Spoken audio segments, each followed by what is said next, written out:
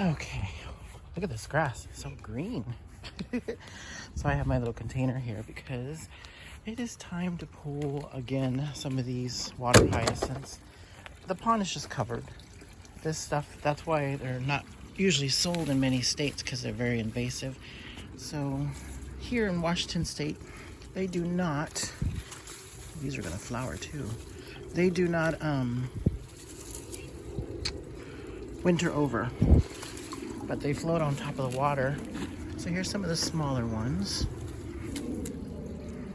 And so, I don't want to step and break that.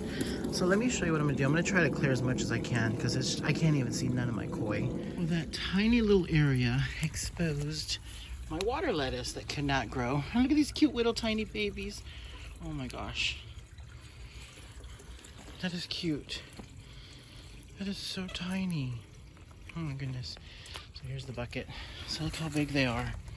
They're not small. But this is what I do.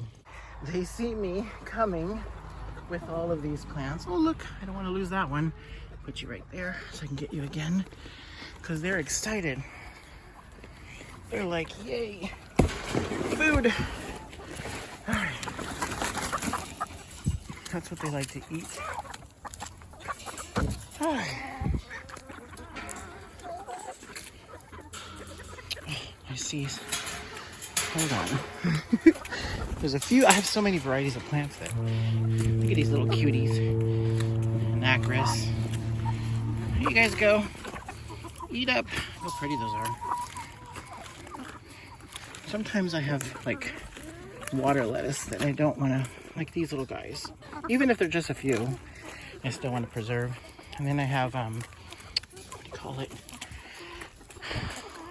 Hornwort, which winters over every year. It's beautiful. This is why I grow it. I try to sell it to people, but really no one's interested, so these are about to flower. They're like, yum. I'm gonna put those back in the pond. So where's that other one? Right here. And I just put that back in the pond. Here's a small one. Yeah.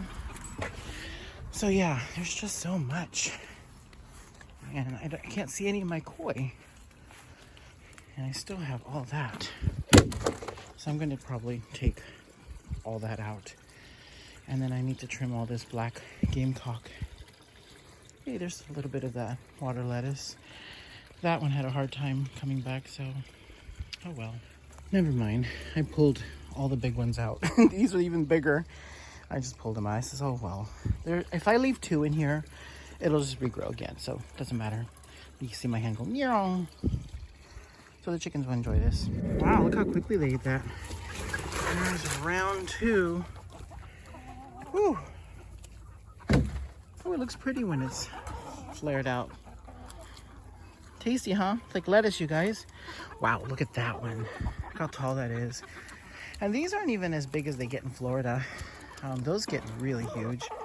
I had a couple people that said they were going to get back to me and send me some of these early in the season, but they completely forgot about me. So I just buy them for $6 each, 15 at a time. Well, only 15 of them once, and then this is what I get. So I won't have these for sale probably for the rest of the season because no one's really interested, and why not? I feed my animals with it.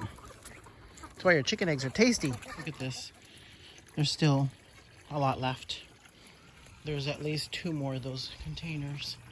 You just can't tell in the video because you can't tell what size things are. But I'm too lazy to do it now. I think I'm going to do it tomorrow. Feed them some more.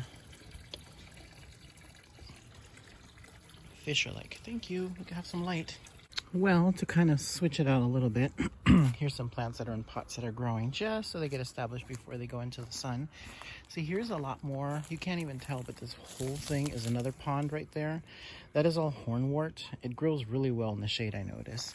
There's some variegated grass. This is a lavender colored water iris. The one I have in that pond is a black gamecock. There's also hornwort, and there is a hardy lily in there. There's whatever this thing is called. It's very stringy and tall. It's really cool. Fell over. I also have cattails, those things. Oh my gosh, all you need is 2 of those. See those little babies right there? And you'll have a whole pond full in 2 years. It is very, very invasive. And this stuff is growing out of the pot, but it does not. Oh yeah, it does. I guess it's kind of slow at growing roots. It'll hit roots when it hits the soil. By the way, that is purslane. Very yummy superfood. So yeah, that's this part here. Let me get out of this area. So let's see. And everything else, I do feed the chickens weeds too. There's a lot of weeds in here. I feed them all kinds of stuff. Look at the little sunflowers. That came from a crow. Crow was eating McDonald's, French fries, hamburgers, and sunflower seeds and threw those in there. So I thought that was cute.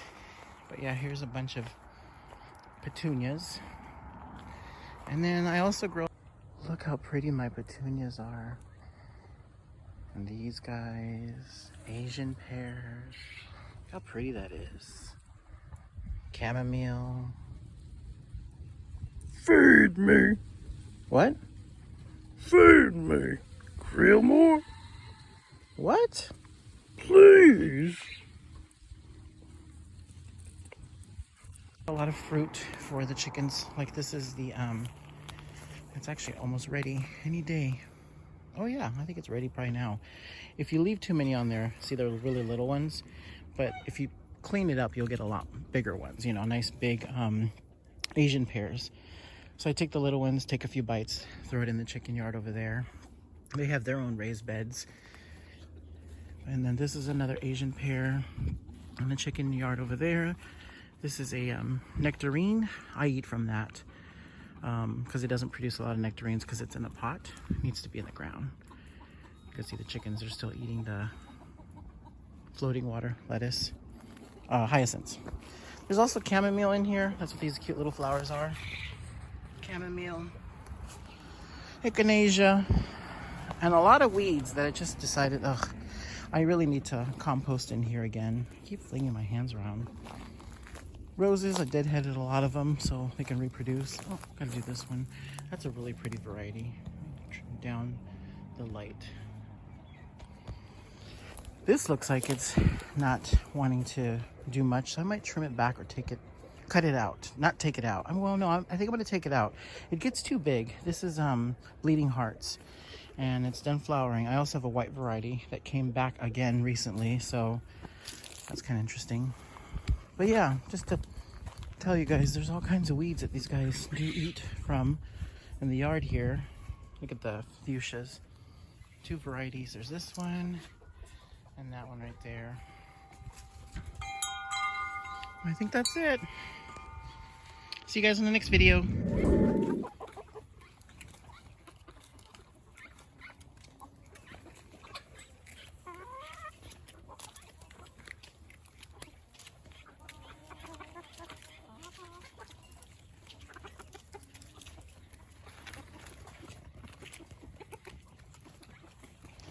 Well, this is my little front entrance pond.